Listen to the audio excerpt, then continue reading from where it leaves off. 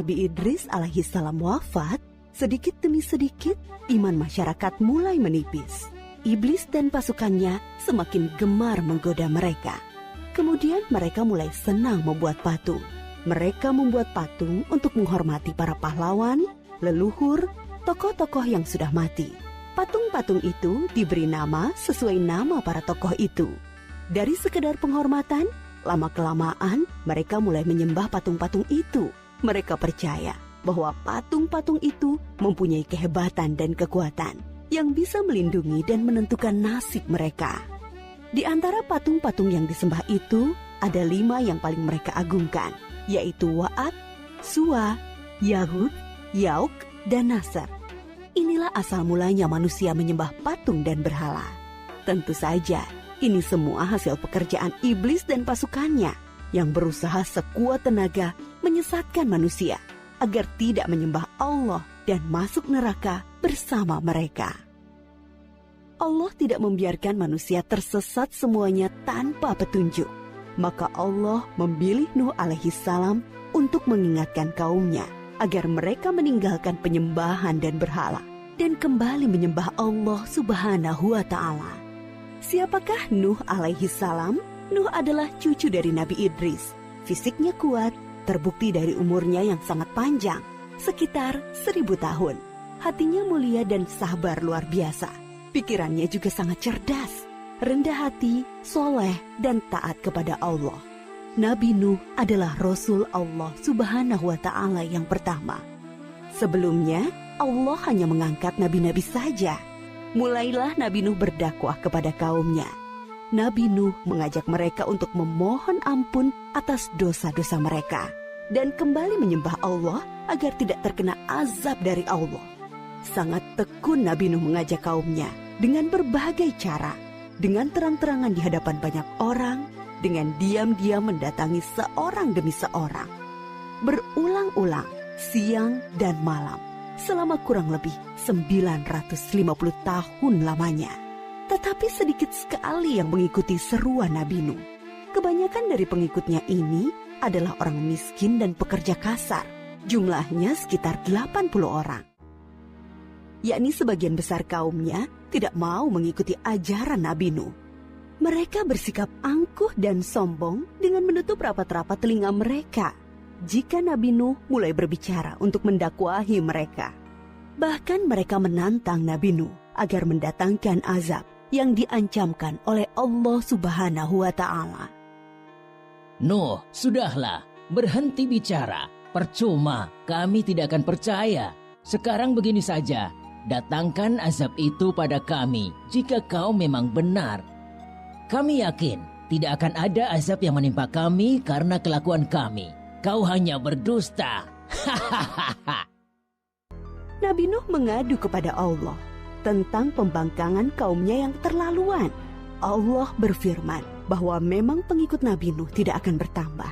Hanya 80 orang itu saja. Selebihnya mereka semua tidak akan beriman karena mereka sudah sangat sesat. Setelah jelas ketetapan Allah bahwa orang-orang itu tidak akan beriman, maka Nabi Nuh memohon kepada Allah.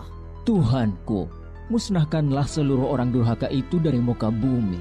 Mereka hanya membuat kerusakan dan melahirkan anak-anak yang durhaka. Kemudian Allah memerintahkan Nabi Nuh untuk membuat kapal yang besar.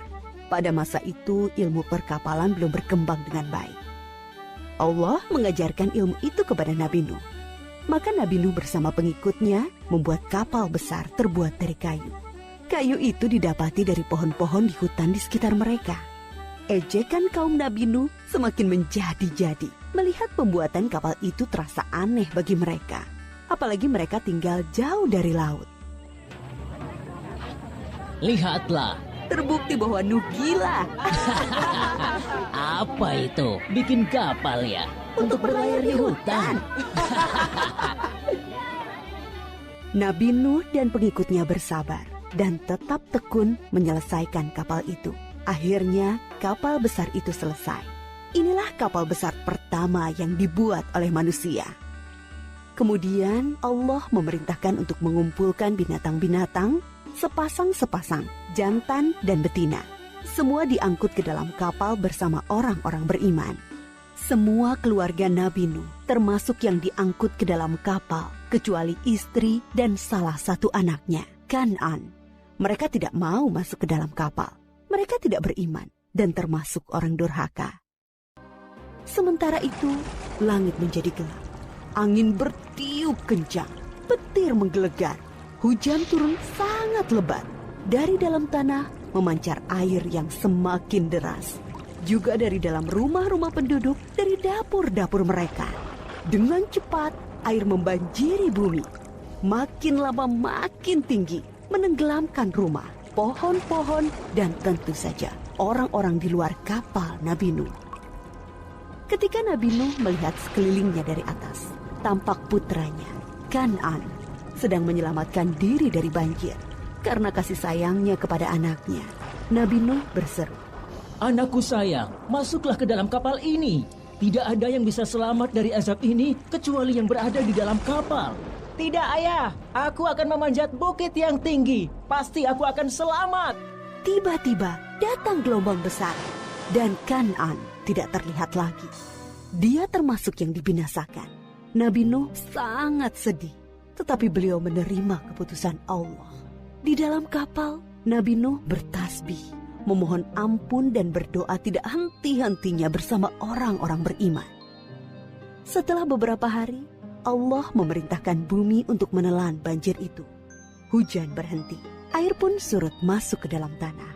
Kapal pun berlabuh di daratan lagi. Orang-orang beriman keluar dari kapal dengan tetap bertasbih. Syukur yang tiada terkira. Mereka memulai hidup baru tanpa gangguan orang-orang kafir yang sudah tenggelam, dibinasakan Allah karena kesesatan mereka. Kisah Nabi Nuh memberikan kita pelajaran bahwa durhaka kepada Allah dan tidak patuh kepada Rasul utusannya membuat manusia ditimpa azab di dunia ini maupun di akhirat.